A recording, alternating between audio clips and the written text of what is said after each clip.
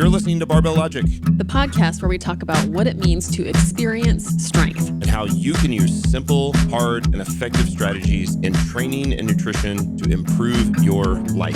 It starts with meeting you where you are right now and finding lasting solutions. Welcome to the show. Hello, everybody. Welcome to the Barbell Logic podcast. I'm Nikki Sims. I am the Chief Experience Officer and I'm an exclusive coach here at Barbell Logic. And I'm joined today with CJ Gotcher.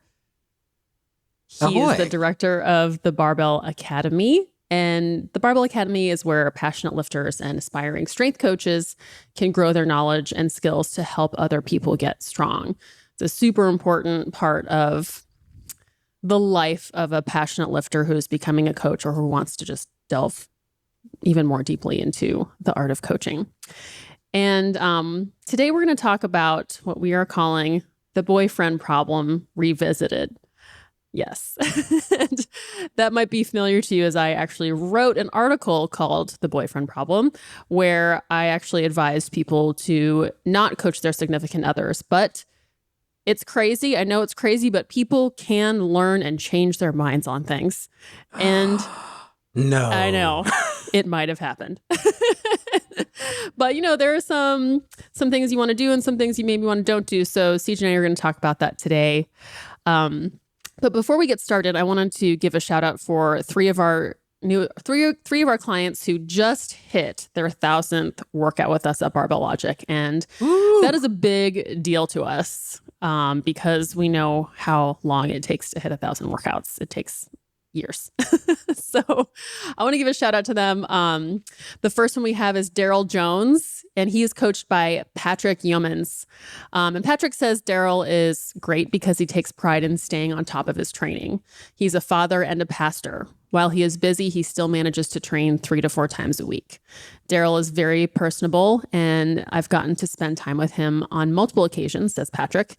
He is one of the best clients a coach could ask for. Nice job, Daryl. And more importantly, has become a friend. So even after 1,000 workouts, Daryl is still trying to figure out how to film his lifts sometimes.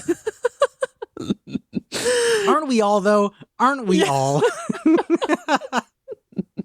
Yeah, sometimes I'll film a lift and just my face sometimes gets into the frame. And I'm like, where's the rest of my body? Have I never done this for the last 10 years? What am I doing? Does that happen to you?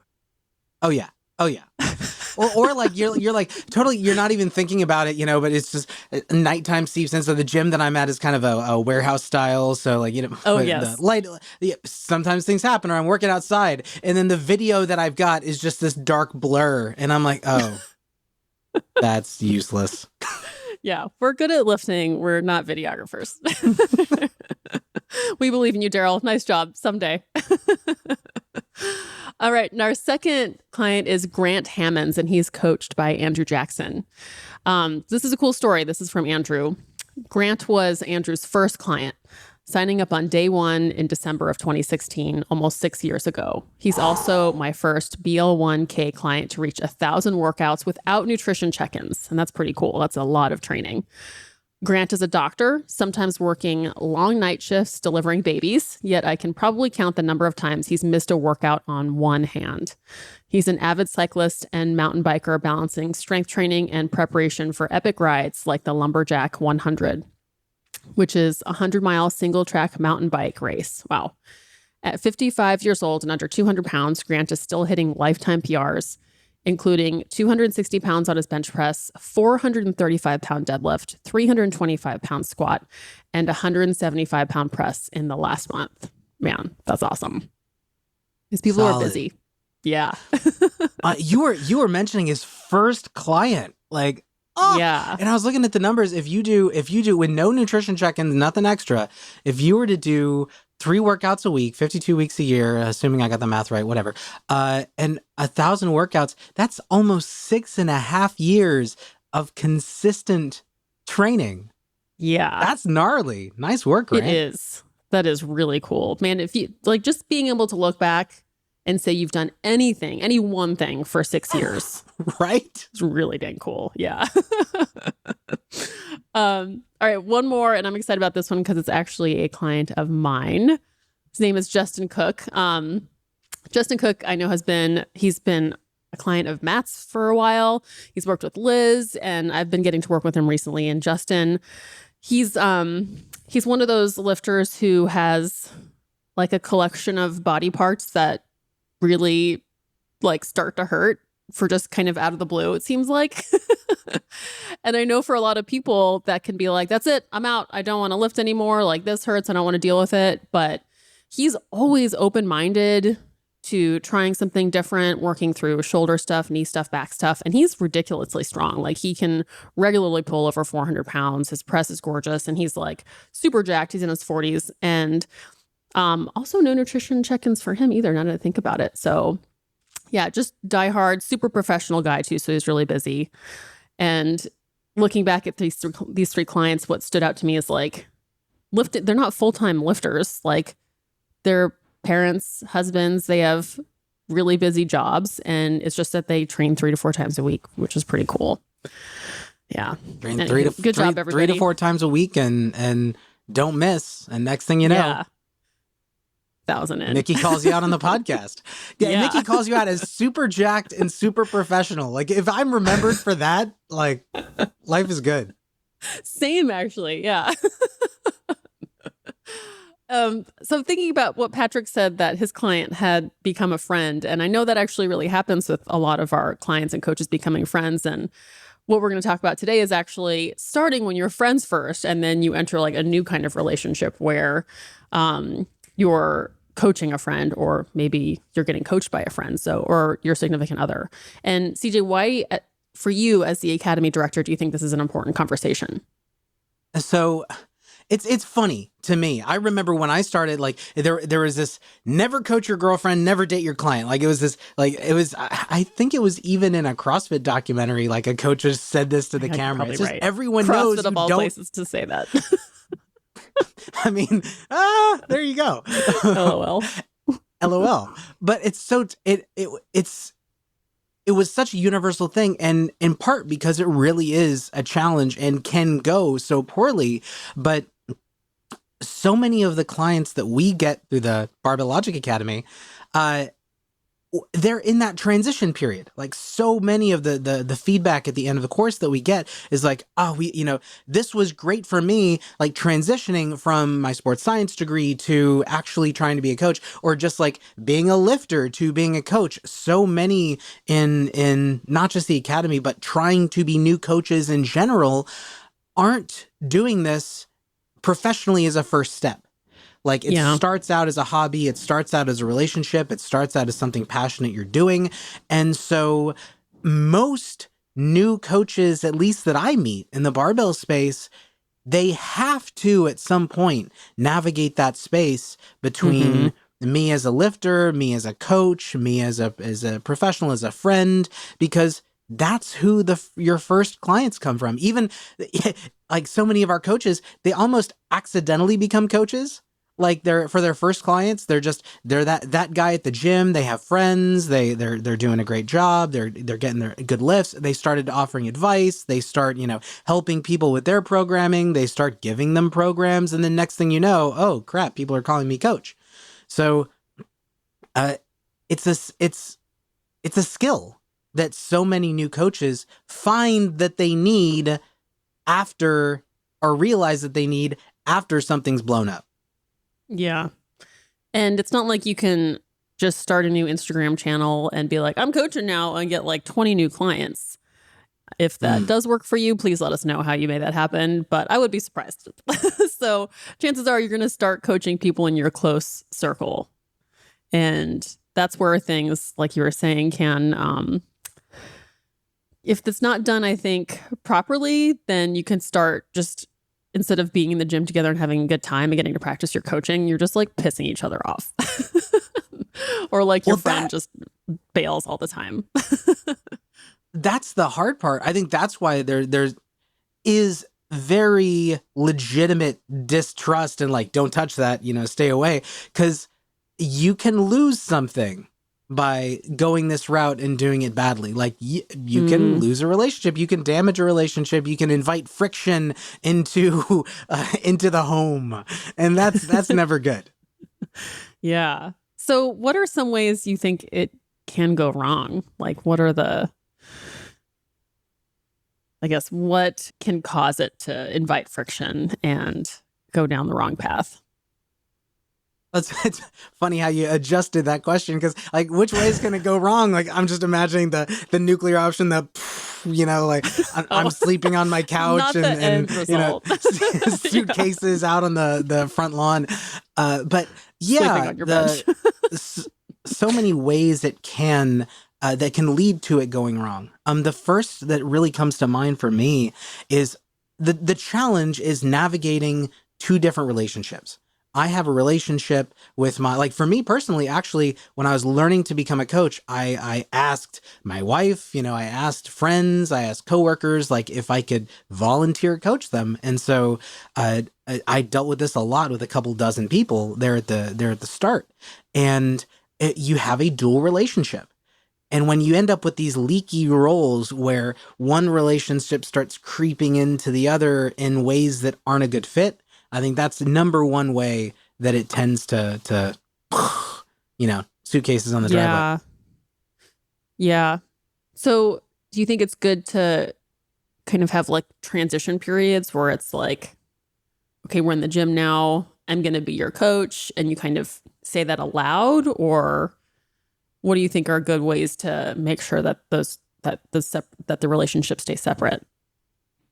Like, so when I was working with my wife to kind of go through some programming, do the teaching progressions, originally, like, that was what I tried. I started with her and I'm like, okay, let's we crossed the threshold because our work gym was in our garage. And so it was really convenient. It's like, okay, when we're in garage time, let's do garage time. And then, once we're back in the house, things are different. And something just felt kind of stilted.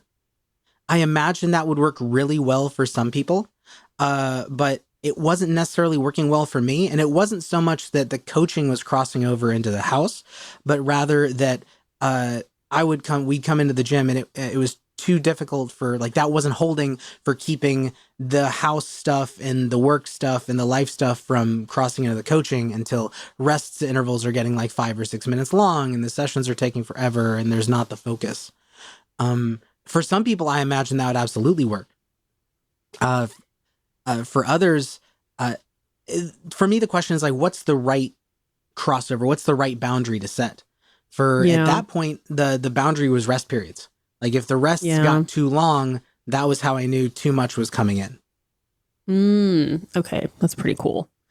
Interestingly, I've found that when I'm training, I don't want to talk about work stuff and I don't want to talk about like personal stuff that might be stressing me out. And like, no matter what, like I won't look at certain things on my phone. Like I have a really clear boundary on my phone, but when you're with another person where that's a huge part of your life, I can see how it would need to be like, okay, during our rest periods, let's leave that for another time. And then it's like maybe your time to, I don't know, only talk about the latest Barbell Logic podcast or something. Well, it was kind of, I actually had an easy break on this because I was working with several of my peers and the other staff while I was working as staff with a unit out on the East Coast, and the gym was on the compound, so you'd walk from your office 2 minutes and you'd be at the gym. But there was definitely a social norm. We don't talk work in the gym. And so when people would, there was this idea like, hey, we're getting to take a break from work, man. Give me a chill. And so there was always this culture of it's a good thing that we get to keep work out. And I think that can be part of it too. Instead of like, this is my rule. I don't want to talk work while we're here because, it makes me nervous as a coach. Celebrate what the gym is and this coaching role that we have as sort of, sacred space, as preserved space. Like, hey, this is our time, And I think that can help keep the roles out too. Not to just like, I'm going to set a hard line here because arbitrary line, but because that makes the world a better place to get away from Twitter and the office and all that stuff. I like that. You made it a special like I think the gym and training is like a sacred time and sacred place. So you do just kind of set the tone of protecting that. I dig that. What else do you see kind of pop up that can lead to destruction? Lead to destruction. All of a sudden now I've got Ivan Drago in my head. So insecurity kind of comes to mind. And this happens at every level of coaching. Being insecure just leading to role issues, even with perfectly professional client relationships. But when if we have a view of ourselves as coaches, as authorities, like this is an authority and I have to preserve my authority here in the gym. Like I get nervous about being challenged. And then this person is a friend of mine and they're usually, perfectly happy to just joke around and, poke fun and all that kind of stuff. Perfectly normal behavior, it then starts grating at me. Like, like that, I'm the coach though. Like I should have that. And in many ways, that's a me thing. Like it's emotional self-management to be like, wait a minute, do I need to hold a authority expert pedestal in order to do my job? Yeah. Yeah. There's this pressure to think that you should have all the answers and because you really want to be able to help your lifter get better and you want to be able to solve their problems. And so it's easy. And because you also want to be in that position of authority, you're kind of setting yourself up to fail because at this point you don't have all the answers and that's okay. And I think it's really helpful to kind of go into the session in a collaborative way. Be like, cool, I just learned this in my last Barbell Logic Academy course, or in the Barbell Academy course, or I just noticed this. Mike, I want to see if I can notice that on you. And don't go in thinking that you're going to solve every problem and kind of like set the bar low. Yeah. And that's okay, because then you won't beat yourself up when you don't have the solution to everything, because you should not have the solution to everything. Well, and that's one of the advantages, I think, of actually, and people, downplay it as a high risk, but that's one of the advantages of coaching family and friends and that kind of thing. You don't have to play the role. You don't have to play the expert, the in charge. I am the coach with a capital C. They know you. I remember, I can't remember who said it. It was during one of our academy coaching calls. So every month within the Barbell Academy, we have a video review call where we go over people's online video of their squats, benches, deadlifts. Like, what do we see? How would we respond to a client online or in person? And we have coaching calls where people just bring coaching struggles, different things that they're working with. And the most common issue that comes up is sort of that. In fact, it just came up in our last coaching call, is the major point of topic. How do we manage this? It's the self-emotional management, right? It's like, I'm getting feelings of insecurity. I'm feeling like this feedback is a little bit aggressive. Like the client isn't getting results and they're coming really strong at me. And I'm feeling like not just blamed, but like I screwed up. And how do I manage that? And so much of the advantage and disadvantage of coaching friends and family, the disadvantage is the stakes are high, right? Because you've got two relationships at stake. But the advantage is like you have a long and deep history with these people, like that you can tap in and that you can use to de-escalate. It's something that in our academy calls, because so many are coaching friends and family, it comes up. It's like, hey, this is the same person that you know and such. Does it matter if, the feedback sounds at a certain tone? Could you be like, okay, like just friend to friend, friend to friend. Am I screwing up here? Yeah. Yeah. You have the space to kind of check in and be like, did that cue make any sense? And the lifter can be like, not really. Can you say that in a different way? Like that makes it such a collaborative process because, yeah, I love what you said. You already have this relationship where, remember you like each other and you want the best for each other. So this is another way to kind of make that happen. And I know a lot of people in relationships struggle with wanting to fix everything. And now you're just like, cool, now it's my job to fix everything. But also remember that can really piss off your partner. So well, that is so great, because that really is the problem. It's like, in some ways, it's not like coaching them introduced a whole new landmine of issues.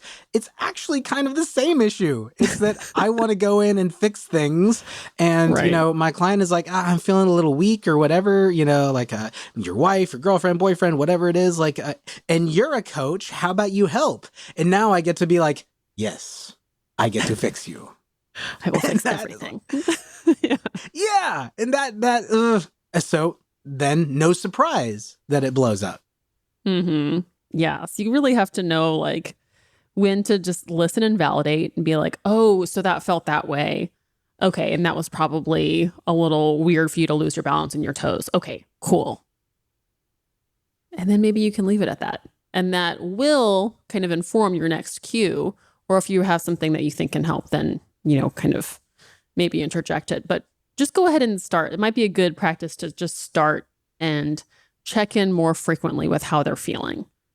Because the more you coach, you actually do that quite a bit. But, like we almost forget about it when we're new, because we think, like you keep saying, is capital C coach. Like, it's okay to listen and validate and learn together instead of instructing and fixing.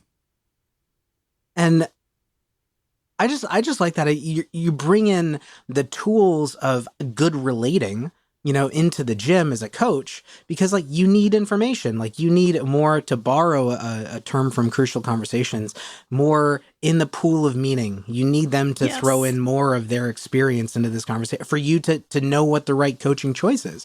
And maybe we get practice at that in the gym. We can start bringing that back with our boyfriends and girlfriends when they bring a problem and go like, wait a minute, do I need to fix this right now? Or do I need to listen and validate? Do I need to collect more information? Do I need to just sit back and go, I'm sorry to hear that? When in doubt, I think the best thing to do is just mirror. Have you listened to like Chris Voss and his negotiation book? I have not. Talk like where coaching wise, what do you mean? Coaching wise, I think it really comes into getting more information, listening, validating. So someone will say something like, oh, I really don't like how that made me feel in my back. And instead of being like, oh, it's probably because you're in lumbar flexion and you're not using your abs enough, and I think you really need to brace against it. It's probably time to use your belt. To be like, instead of all that, you could say, oh, how it felt in your back. And then they just keep giving you more information. And that it might even be like, oh, and I just noticed that maybe I wasn't squeezing my abs enough. And oftentimes they kind of give the solution to the shared pool of meaning anyway, instead of you having to go down this whole rabbit hole of how a belt works. So just kind of repeating the last word even works, or the last like 3 words of what they've said. It's kind of fun. Yeah, that's great. Mm-hmm. But Nikki, I want to give a lecture on the Valsalva. Like every new coach is like, oh, I can't wait to talk about breathing. I've been reading, I've been learning so much. Like, yeah. Yeah. Maybe that's another place where something can go wrong, is information overload. And even like, obviously, that's a problem with any novice coach. And we're passionate about this thing. We're learning all these new things. And just like if you start binge watching a new movie and you're like, honey, you wouldn't believe what happened in the last episode. And they're like, I don't care. The same thing can kind of happen with our clients, but when they're friends, when they're coworkers and things, I think it can get even worse, because like you have two relationships are at stake. Oftentimes, people who would be perfectly willing to tell you like, CJ, just another time, when they're your friend and your client, especially a paying client, when these, or as a coach, when someone is your boss and your client, then what normally might be more easily navigable, you feel steamrolled. You feel like you have to go along with it. Yeah. And like some of it is on that I'm just feeling like over talking, but maybe your boss asks for extra time after class that you don't have. Like, am I going to get, am I going to lose a client? Maybe, I'd feel more comfortable about that. But now am I going to offend my boss? and potentially risk a client if I don't invest this extra time. Or the classic story, your cousin asks for free coaching, or the friend of a friend asks for free coaching, indefinite period of time, and they don't seem to they don't recognize it as a problem. But now you're like, well, it's a friend of a friend. I don't want to offend my friend by rejecting their friend. So sure, just for a little while, I'll just do a session. And then next thing you know, that resentment builds, and then both relationships are at risk. Yeah. I think we talked about this before, where always try and get something out of the free session, like a testimonial or some photos, or see if they can bring in someone else. Like, figure out what you need to do to avoid that resentment building, because there are some times you do need to get the clients in front of you, but you're right that getting steamrolled can really lead to some resentment. And I think it's especially true. Like, if I put out a random call on the internet, like, hey, I'm looking for clients, and then some rando is like, hey, would you mind coaching me for free? And I was to negotiate for feedback or for testimonials or for something like that, that would feel normal. Mm-hmm. But when a friend or a family, says like, I want, oh, could you coach me? I've been struggling with this for blah, blah, blah, just for a month or two, and payment never comes into it. It can feel worse. It can feel like they're not trying to, I hope, but it can feel like they're trying to exploit a connection. And that can build resentment so much faster, even when they're not trying to. So I think it's especially important with family and friends and coworkers and these close connections to set those clear boundaries in advance. It's like, hey, yeah, I'd absolutely be glad to, but to make this worth both of our time, boom. Yeah. Then we start the negotiation. Yeah. I can see that'd be really touchy, but very important, super important, because you definitely don't want to get steamrolled. Yeah. I was thinking about some advice for the lifter, who is the significant other of the friend. And I would say, kind of keep your expectations of them as your coach in check as well. Like, remember, they're not going to be perfect. They're going to try things out that they're not sure if they're going to work. Don't mess with them. Like, try and make your lifts look terrible. Like, remember, like what I was saying earlier, like, it's collaborative. Like, they still probably know more than you do. So you're going to get something out of this session, but also let them know when something isn't working. Be nice to them, because like we talked about in that insecurity part earlier, is they're going in there with enough pressure on themselves that you don't need to add more pressure to them. Like, let them know what worked, let them know what didn't in a kind way, be thankful. And remember, it's like, I think this is a fun part to know that the coach and the lifter work together as a team. And that's going to continue even when you're the best coach in the world. And so if you're just waiting for them to mess up and waiting to tell them what's wrong, that's not really good teamwork. But if you're really trying to work together and figure out how to communicate with each other, then I think no matter what, it's going to be a good session. I like that, because it's not all on the coach. Like, we're talking to coaches right now. We're talking to the, and potential coaches and the kind of people who sign up for the academy. Like, that's like kind of who I hope is listening. And because that's who it really needs the message. But the client shares just as much of that responsibility for setting boundaries, for what am I comfortable with, and all those different levels. You mentioned okay, when I cross, I'd rather, as an option, maybe cross the threshold and things are different. Like, this is a different space. Well, that's not my thing as a coach, that specific strategy. But if you as a client need that, then, kind of need that space, bring it up, ask for it. Yeah. For both parties involved, don't expect them to be mind readers. We always expect that of the people closest to us in our lives, is that they can read your mind, but that's not true. And I was also thinking that sometimes your friend or partner doesn't want to get into lifting and then ask you, it's usually they're almost humoring you. So don't force RPE 10s. Like, don't make them hate lifting by running them into the ground with weights and form that you can tell where they're completely uncomfortable. Like, if they hate low bar squatting and it's just making them mad every time, practice your low bar squats on someone else. I would say. Well, it's so funny that you bring that up. It's so true. Because I'm only now, I'm like, hitting myself in the head, because I'm only now realizing something that I did run into back then, which is people would visit me flying through the area. They knew who I was as a coach, like they knew what I was about. So it was really easy with those kind of clients who knew me as a barbell coach and how that system worked to go through that process. And it was great, even though I was relatively new. And then working with people who I was friends, family with, it was just like, it was really difficult and kind of pulling teeth. And it didn't occur to me until just now when you said that your friends and family, when they think strength training, when they are just as exposed to like the mainstream concept of what a gym environment is, the Globo gym, bands and machines and Smiths and all that kind of stuff, and Bosu balls, where people who know you as a brand are already into what it is that you do.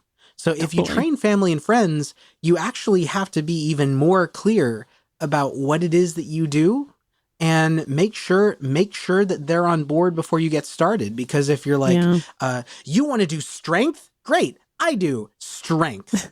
And you're not using the same word. Yeah. So true. Yeah. I'm feeling excited for people to be able to coach their close connections now. I am. I'm also totally expecting like either YouTube comments or emails or something like CJ, Nikki, it all blew up. Or disaster, like building forts in their squat cages to live in. Disaster stories, of previous, blow ups. Like, you say that, and you know what? I guess, if there was one thing, because usually at the end, like each of us kind of share kind of a last thought. So you said pretty much everything that was on my mind, so I don't really have much left. Go ahead. But, one up me now, CJ. Let's do it. It can go wrong. Yeah. Like, even if you do everything right, it can go wrong. So when at the very beginning, the old saying, never coach your girlfriend, never date your client. I mean, part of that is there is risk, and there's a lot of advantage. There's a lot of advantage to it. There's a lot of things you can do. But in the end, are you willing to accept that risk? And if the answer is no, like, I don't need to risk sleeping on the futon for to learn a little bit about squatting, then you don't have to risk it. Yeah. Pick your battles. I love it. So, you had a testimonial from the Barbell Academy that you wanted to share. I want to hear it. Well, yeah. So a lot of it ties into the kind of academy student that we get. And so much of it is at that line between the new lifter and the coach. So let me see if I can grab it up here. Hold on. This is from Steve L. If you desire to coach barbell lifts and want to prevent spinning your wheels, the Principles course is a very good place to start. Has a wealth of information and application for new coaches and for me becoming a new coach. Like that, as I was looking down the list, I was having to pick one. That was kind of the simplest one because a lot of people shared that concept. This course has been one of the bridges for me, a fresh sports science graduate from Dirk V or Colin, going through this course right after graduating with a degree in exercise science. I can say that if I had this earlier, classes would have been easier. Like that's, and that's one of the reasons why we thought of this as a topic, coaching friends and family, because that's what, like the student who comes through the academy, that's kind of where we're at. Yeah. And so when people sign up and they come, the Principles is not going to instruct you in everything how to become a coach. It covers the anatomy, the physiology, basic coaching practices, like how to manage medical contradictions and how to negotiate the relationship with a lifter who's injured. We spend a lot of time on how the lifts should look for people of different, body types, how to adjust the lifts, why we default to some choices, but then when to deviate from those choices, and how to program a lifter over all the way through in principles we cover really through the early post-novice period. For most coaches, that's enough to get a new dedicated client through the first 6 to 8 months of training. And for me personally, my hope is that more people navigate that sticky space, that more people, so many people come through the academy. I'd say about half of the people who give me feedback, they either become coaches on the side or a hustle or whatever, or they come back and they tell me, because of principles, I realized I don't want to become a coach. I don't want to coach professionally. This is a new skill that I have to help my family, my friends. Amy started a kind of pull-up work with some friends of hers and got some of them to their first pull-ups. Oh, really? That's so great. So for me, that's where we reach. That's where for every professional coach out there with a brand and a business and all that, there's 10 local friendly gym friends, family, connections who know the lifts and can help in their community and in people that they love and care about. And so a bit of a ramble because I got side thinking, but that's where we make an impact. Mm-hmm. I love it. So if that sounds appealing to you, if you want to kind of bridge the gap between your knowledge in the gym and your knowledge in school into kind of the practical application, head over to the Barbell Academy and sign up for the Principles course. And thank you so much, everybody, for listening. I hope you have a wonderful time coaching people who you love. And after you're done, you still love them and they still love you. And whether or not it doesn't work, CJ and I want to know. But don't let that reflect the review you're going to give on the podcast. Exactly. Yes. Capture the advice, capture the process, not the outcome. Yeah. Awesome. Well, if you got some value out of this, we'd love a review wherever you're listening to. Would be great. And we'll see you here next time. Thanks for listening.